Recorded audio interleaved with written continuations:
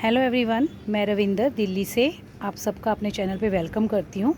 और आज की इस वीडियो में हम बात करेंगे इस प्यारे से पौधे अरेंथमम के बारे में, इसकी सन रिक्वायरमेंट के बारे में, इसकी वाटर रिक्वायरमेंट के बारे में, प्रोपोगेशन के बारे में और टोटल केयर के बारे में बात करेंगे कि कैसे हम इस प्लांट को हेल्दी से अपने गार्डन में ग्रो कर सकते हैं। तो वीडियो स्टार्ट करने से पहले मैं आज एक अपनी छोटी सी खुशी आप लोगों के साथ शेयर करना चाहती हूँ, और वो है ये। देखकर समझ गए होंगे आप कि ये क्या है। ये है रजनीगंधा का फ्लावरिंग स्टॉक। ये मैंने 1 महीना पहले बल्ब लगाए थे। उनकी जो पॉटिंग है वो मैंने आपके साथ शेयर भी की थी, और मुझे लग नहीं रहा था कि ये इसी साल जो हैं वो फ्लावरिंग करेंगे, क्योंकि बल्ब काफ़ी छोटे थे तो बल्ब को मैच्योर होने में भी टाइम लगना था। बट इन्होंने मुझे गलत साबित कर दिया है, और ये इसी साल मतलब 1 महीने के अंदर ही इन्होंने अपनी जो है फ्लावरिंग स्टॉक निकाली है, और अब इन पे फ्लावरिंग स्टार्ट हो जाएगी। ये 3 जो हैं वो स्टॉक्स निकली हैं, एक इधर है, एक यहाँ है और एक यहाँ है। ये मेरे हस्बैंड का फेवरेट फ्लावरिंग प्लांट है, और उनकी रिक्वेस्ट पे मैंने ये लगाया था। वैसे मैंने कभी ऐड नहीं किया था रजनीगंधा को अपने गार्डन में। फ़र्स्ट टाइम जब वो बार बार कह रहे थे रजनीगंधा लगा, तो फिर मैंने इसके बल्ब जो हैं वो ऑनलाइन परचेज़ किए थे, और 1 महीना पहले ही मैंने इनको जो है लगाया था पॉट में। और देखिए कितनी बढ़िया इन्होंने जो है स्टार्टिंग कर दी है अपनी फ्लावरिंग। और नेक्स्ट सीज़न में तो ये बहुत सारे हो जाएंगे बल्ब जो मल्टीप्लाई हो के। तो देखते हैं कि इनकी जब स्टॉक निकलती है और कैसे फ्लावर्स आते हैं और कैसे दिखते हैं। तो चलिए टॉपिक पे आते हैं। हम बात करेंगे इस प्यारे से प्लांट अरेंथमम के बारे में। तो जैसे कि आप देख रहे हैं कि इसकी फॉलिएज जो है वो बहुत ही खूबसूरत है, और इस प्लांट को जो है वो अपनी पत्तियों की खूबसूरती के लिए ही लगाया जाता है। वैसे तो इसकी बहुत सारी वैरायटीज़ मिलती हैं, बट मेरे पास इसकी जो है वो 3 वैरायटी हैं। एक तो ये है जिसमें थोड़ा सा वेरिएशन है, और पीछे से देखिए ऐसा है, और आगे इसमें हल्की सी महरून और पिंकिश जो है लीफ में वेरिएशन है। एक ये है जिसमें ऊपर की जो पत्ते होते हैं वो ऑरेंज और रेडिश कलर के आते हैं, और जैसे जैसे मैच्योर हो जाते हैं पत्ते फिर धीरे धीरे ऐसे कलर में होते होते फिर डार्क ग्रीन हो जाते हैं। और एक वैरायटी ये है जिसके पत्ते पूरे एकदम ब्लैकिश महरून कलर के जामनी से रंग के होते हैं, और ये पत्ते ऐसे ही रहते हैं। ये मतलब जब आते हैं तब भी महरून बैंगनी से रंग के होते हैं, और जब ये मैच्योर होते हैं तब भी इनका कलर ऐसा ही रहता है। मेरे पास ये 3 वैरायटी के हैं। अब बात करते हैं इनकी सॉइल के बारे में। तो देखिए ये सब पौधों की तरह इनको भी वेल ड्रेन्ड सॉइल पसंद है, जिसमें कि पानी ठहरे ना। आप अगर इनको पानी दें तो कुछ मिनट के अंदर वो पानी नीचे से ड्रेन आउट हो जाए। पर हाँ, इनको ऐसी मिट्टी चाहिए जिसमें कि थोड़ा मॉइस्चर को होल्ड करे, जिस मिट्टी में ना मॉइस्चर भी बना रहे, एकदम से ड्राई होके पत्थर सी ना हो जाए वो मिट्टी। तो ऐसी मिट्टी दीजिए। जैसे ये देखिए मैंने लगा रखे हैं, ये देखिए पानी नहीं खड़ा, बट जो मेरी मिट्टी है वो मॉइस्ड है। ये देखिए ऐसी मॉइस्ड मिट्टी चाहिए, पर एकदम से कीचड़ सा बन के गारा सी जो बन जाती है वो मिट्टी नहीं चाहिए। वेल ड्रेन्ड मॉइस्ड मिट्टी चाहिए इनको। ये देखिए ये ऐसी जो हाथ लगाने से ऐसे भुरभुरी सी होती है ना, ऐसी मिट्टी चाहिए इनको। अब बात करते हैं इनकी सन रिक्वायरमेंट के बारे में कि इनको लाइट कैसी चाहिए। तो देखिए इसको अगर आप डायरेक्ट सन में रखेंगे तो ये पौधा जो है वो बिल्कुल मुरझा जाएगा, लटक जाएगा, पत्ते जल जाएंगे इसके। इसको जो है वो शेड चाहिए और ब्राइट लाइट चाहिए, मतलब छाँव में हो, धूप ना आती हो, बट धूप की जो रोशनी है वो इनको मिले। अब जैसे मैंने जहाँ रखा हुआ है आप देखिए वहाँ पर धूप है, पीछे दिख रही होगी आपको धूप, पर जहाँ पर ये पौधे पड़े हैं उस ऊपर ग्रीन नेट लगी है, तो वहाँ पर धूप नहीं आती, सिर्फ इनको मतलब रोशनी मिलती है सूरज की, पर सूरज की जो गर्मी वाली भरी हुई धूप होती है वो नहीं मिलती। तो ये बहुत अच्छे करते हैं। आप इनको बालकनी में रख सकते हो, किसी बरांडे में रख सकते हो जहाँ पर अच्छी ब्राइट लाइट आती हो, तो इनके कलर जो है वो बहुत खिल के आते हैं, बहुत सुंदर लगते हैं। ये होगी इनकी सन रिक्वायरमेंट। इनको आप धूप में मत रखिए, ऐसी जगह रखिए जहाँ छाया हो पर ब्राइट लाइट आती हो, और दूसरा जहाँ पे मॉइस्चर मेंटेन रहता हो, क्योंकि ये थोड़ी ना ह्यूमिडिटी मॉइस्चर को पसंद करते हैं, ताकि थोड़ी ह्यूमिडिटी बनी रहे आसपास। जैसे देखिए मैंने इनको पौधों के झुंड के आसपास रखा हुआ है ताकि इनको ह्यूमिडिटी मिलती रहे। अगर आप इनको ऐसी जगह पे रख देंगे जहाँ पर ड्राई रहता है, ह्यूमिडिटी नहीं रहती, तो इनके पत्ते लटक से जाते हैं। एक पौधे को मैंने अलग करके रखा है, मैं दिखाती हूँ कि उसकी क्या हालत है। ये देखिए ये पौधे को मैंने थोड़ा अलग कर दिया था, तो ये देखिए इसके पत्ते जो स्टेम्स है वो कैसे लटक गई हैं। ये ऐसे लटक सी जाती हैं, लैंकी लैंकी सी हो जाती हैं। अगर इनको हम अकेले ऐसी जगह पे रख दें जहाँ पे ह्यूमिडिटी नहीं है, थोड़ा ड्राई एटमॉस्फेयर है, तो ये ऐसे लैंकी लैंकी से होकर लटक से जाते हैं, इनकी ग्रोथ उतनी अच्छी नहीं होती है। सॉइल के बारे में बात कर ली हमने, सनलाइट रिक्वायरमेंट के बारे में बात कर ली। अब हम बात करेंगे इसकी वाटरिंग रिक्वायरमेंट के बारे में। तो देखिए, इसे मतलब ड्राई सॉइल बिल्कुल पसंद नहीं है, जैसे मैं पहले ही बता चुकी हूँ। इसकी सॉइल में मॉइस्चर हमेशा बना होना चाहिए। वेल ड्रेन्ड सॉइल चाहिए, मतलब जिसमें पानी डालें और उसी वक्त निकल जाए, पर इसे एकदम ड्राई सॉइल नहीं चाहिए। इसकी सॉइल में हमेशा जो है वो मॉइस्चर बना रहना चाहिए। तो आपको ऐसी सॉइल प्रिपेयर करनी होगी जिसमें कि पानी तो खड़ा ना हो, पर वो मॉइस्चर भी बना के रखे सॉइल। तो जैसे आप, अगर आपके यहाँ पे चिकनी मिट्टी है तो आप एक हिस्सा मिट्टी, एक हिस्सा सैंड, एक हिस्सा कंपोस्ट और एक हिस्सा कोकोपीट मिला के अपनी इसकी सॉइल बनाइए, तो ये प्लांट बहुत ही बढ़िया से सर्वाइव करते रहते हैं। और अगर आपके यहाँ पे सैंडी सॉइल है, तो जैसे सैंडी सॉइल मैं दिखाती हूँ कैसी होती है। ये देखिए, ये जो है ना, ये सैंडी सॉइल है, बिल्कुल ऐसी भुरभुरी सी। तो इसमें आपको सैंड नहीं मिलानी है।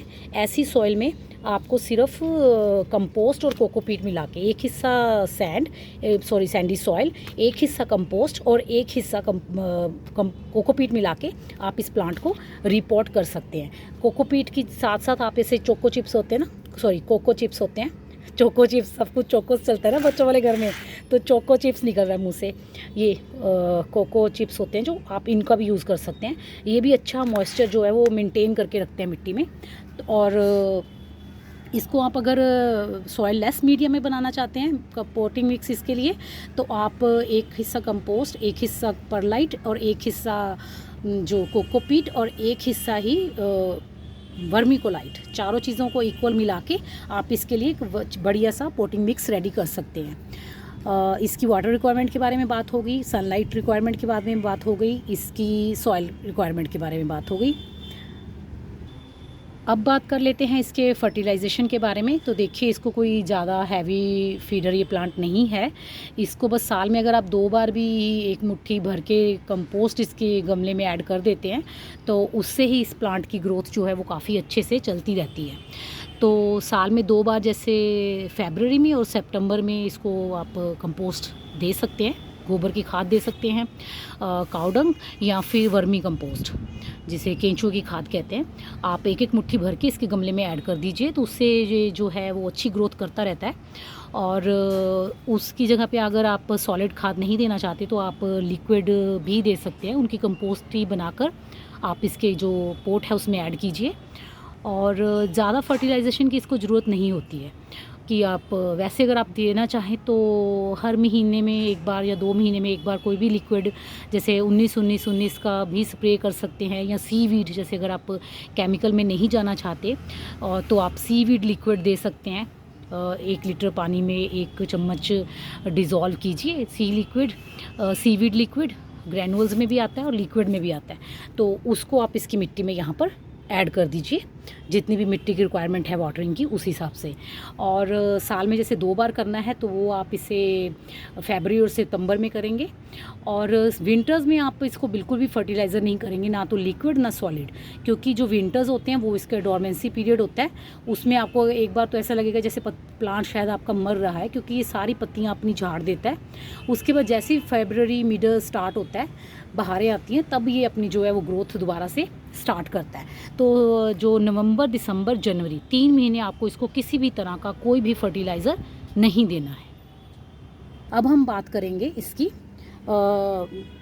इंसेक्ट्स कि कोई इंसेक्ट वगैरह तो नहीं इस पे अटैक करता। तो उसके लिए तो देखिए, मैंने अभी तक इस पे जो भी मैं 2 साल से ये प्लांट मेरे पास हैं, मैंने इसका इतना ज़्यादा कोई इनके ऊपर पेस्ट अटैक नहीं देखा है। और पर कभी कभी जो इनकी जो ये टिप होती है ना, इसके पास यहाँ पर मैंने 1-2 बार जो है वो मिलीबग का अटैक देखा, और मैंने उसी वक्त उनको हटा दिया, हाथ से ही हटा दिया था। ऐसा कोई ज़्यादा उनका असर मैंने नहीं देखा। पर फिर भी अगर आपके प्लांट में कभी ऐसा कोई अटैक होता है तो आप इनके ऊपर प्रिकॉशंस के लिए महीने में 1 बार नीम ऑयल का स्प्रे कर सकते हैं। नीम ऑयल के स्प्रे से वैसे भी बीमारी दूर रहेगी प्लांट से, और प्लांट जो है वो कीड़े मकोड़ों से भी, अटैक से भी बचा रहेगा। अब बात करते हैं इसकी प्रोपोगेशन की। तो देखिए इसका प्रोपोगेशन भी कोलियस की तरह ही आसान है, बहुत ही इजी प्रोपोगेट होता है ये प्लांट। ये देखिए मैंने भी यहाँ पे इसकी जो इस प्लांट को ट्रिम किया था, यहाँ से इस पॉइंट से मैंने ट्रिम किया था इसको, और इसकी ये छोटे छोटे 2 कटिंग्स, बिल्कुल दो पत्ते थे उसमें, उनको मैंने इस प्लांट में यहीं पे लगा दिया था। एक इस साइड लगाया था और एक इस साइड लगाया था, और जो बड़ी टिप थी उसको भी यहीं लगाया था। और ये देखिए ये प्रोपोगेट हो चुके हैं। और ऐसे ये देखिए मैंने इसमें भी लगाया हुआ है एक, ऐसे ये देखिए मैंने इसमें भी परसों लगाया था। ये अभी थोड़े दिन पत्तियां मुरझाई हुई हैं, ये लगेंगी आपको लटकी हुई, पर फिर थोड़े दिन के बाद ये ठीक हो जाता है। तो इसको भी मैंने यहाँ से ऊपर से ट्रिम किया था और यहाँ लगा दिया। तो ऐसे ही, क्योंकि इनको ना ट्रिम करना ज़रूरी होता है, ये बहुत लैंकी से हो जाते हैं। ये देखिए ये स्टेम कितनी लंबी है ऐसे, तो ये ऐसे होते रहते हैं, नीचे से पत्तियां झड़ती रहती हैं, ऊपर ग्रो होती रहती है।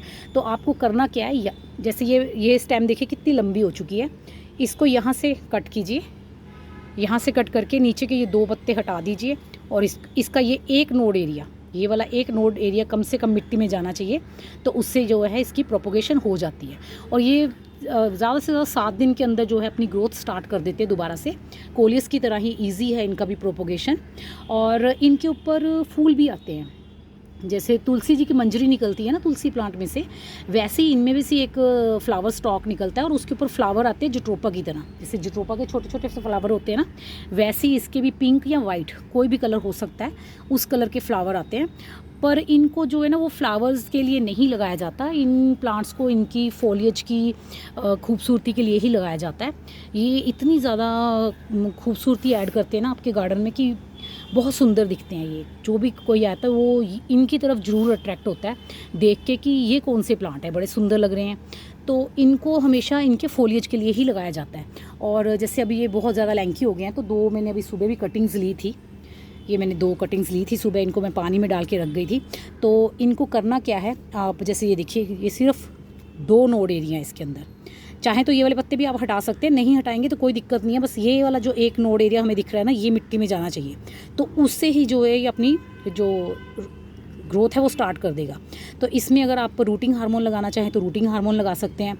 वैसे मैं जो है वो अपना एलोवेरा यूज़ करती हूँ, और मैं वही लगाऊंगी, और इन दोनों कटिंग्स को मैं आज मिट्टी में लगा जाऊंगी। ये देखिए इसमें भी नीचे यहाँ पर एक नोड एरिया है, अगर मैं चाहूँ तो इस यहाँ से भी रिमूव करके ना ये दोनों पत्ते, तो 2 नोड एरिया को मिट्टी में डाल सकती हूँ, तो उससे भी ग्रोथ अच्छी हो जाएगी। तो हटा ही देते हैं इनको।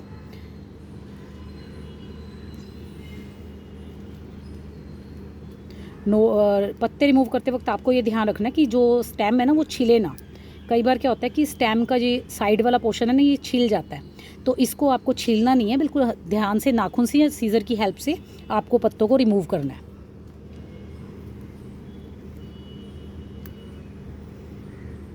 मेरे एक हाथ में कैमरा, इसलिए मैं सीज़र नहीं यूज़ कर पाऊँगी, तो मैं ऐसे कर लेती हूँ। ये देखिए बस ये एक नोड एरिया डालना है तो एक नोड एरिया डाल दीजिए मिट्टी में, नहीं तो 2 डाल दीजिए, बहुत अच्छे से रूटिंग स्टार्ट हो जाएगी।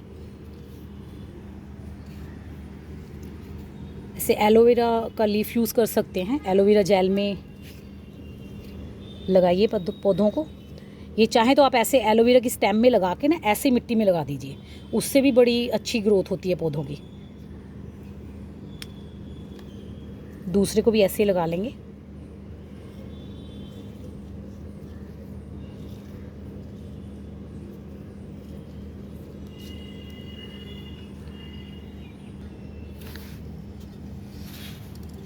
अब जैसे मैंने ये पॉट लिया है, इसको मैं थोड़ा पानी वाटरिंग कर दूंगी पहले, और उसके बाद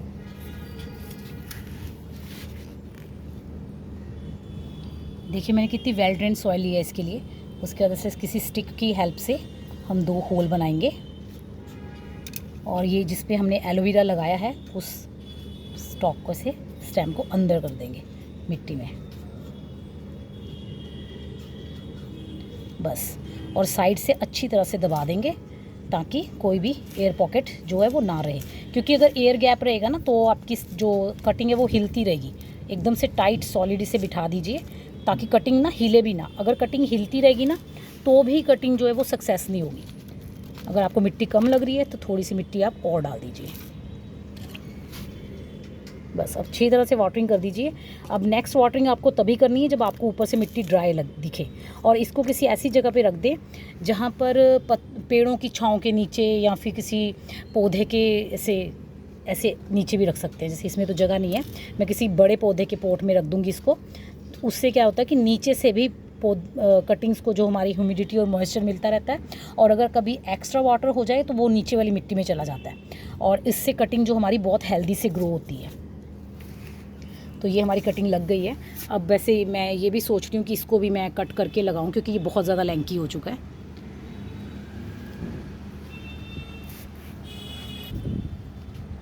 तो उम्मीद करती हूँ कि आपको मेरी ये छोटी सी शेयरिंग जो एरेंथम प्लांट के बारे में मैंने दी है, जितनी भी जानकारी या जो भी इंफॉर्मेशन, आपको पसंद आई होगी।